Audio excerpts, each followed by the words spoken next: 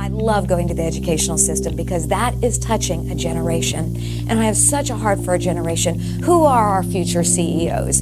Who are our future CFOs? You know, what type of character, what type of integrity do they have? You know, how are they going to lead our nations? How are they going to impact even the financial structures of nations if we don't have the right people in place? So I love going to educational systems. And so usually I go more into the staffing. But in this one school, I went into every single classroom from 9th grade through 12th grade. And they said, Melodye, we want to prepare you. You're going into this 11th grade class.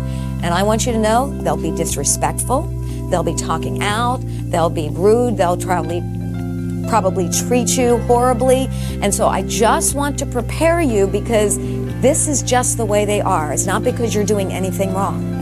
So I went in there and I said, Holy Spirit, I ask you to shift the atmosphere in this room. I ask you just to give me prophetic keys. And so I went in there and they were all gothic, and you could tell they were like a rough group of young people.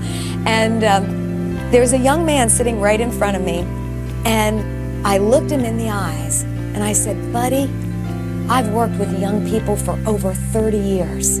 And I can look into a young person's eyes and I can see a leader. And I want you to know you are a leader. And I didn't say thus saith the Lord, but it was a thus saith the Lord. And I just began to speak into his value and into his identity and into his worth and into his potential.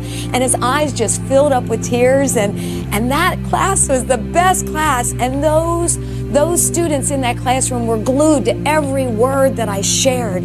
And after it was all over, that young man went into the guidance counselor and he says, do you know what Dr. Melodye said to me? Why did she say that? No one has ever said anything like that to me in my whole entire life. Why would she say those things to me? And she said, well, she must have seen something inside of you. And here, this young man was in an 11th grade class because he was in 9th grade for 3 years straight. He had no father and mother. He'd be sleeping at this person's house one night, another person's house another life. But you know what? What was so amazing about this was the leader of the pack. This was the one that they all followed. So God led me right to the leader. And if he was going to listen to me, the rest of the students listened to me. And that young man, for 2 weeks, I went into that school every day. And one day I walked in and he was at the end of the hall and he says, Dr. Melodye, I love you. And it was just so precious because by the Spirit of God, I touched his heart. I touched a value and the worth on the inside of him that he had never seen.